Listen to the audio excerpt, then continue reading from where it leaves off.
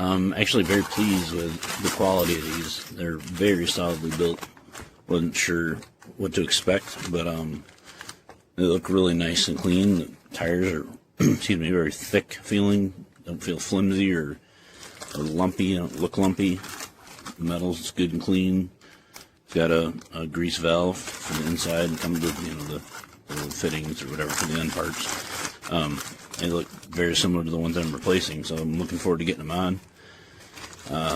Very, very happy with the quality of these.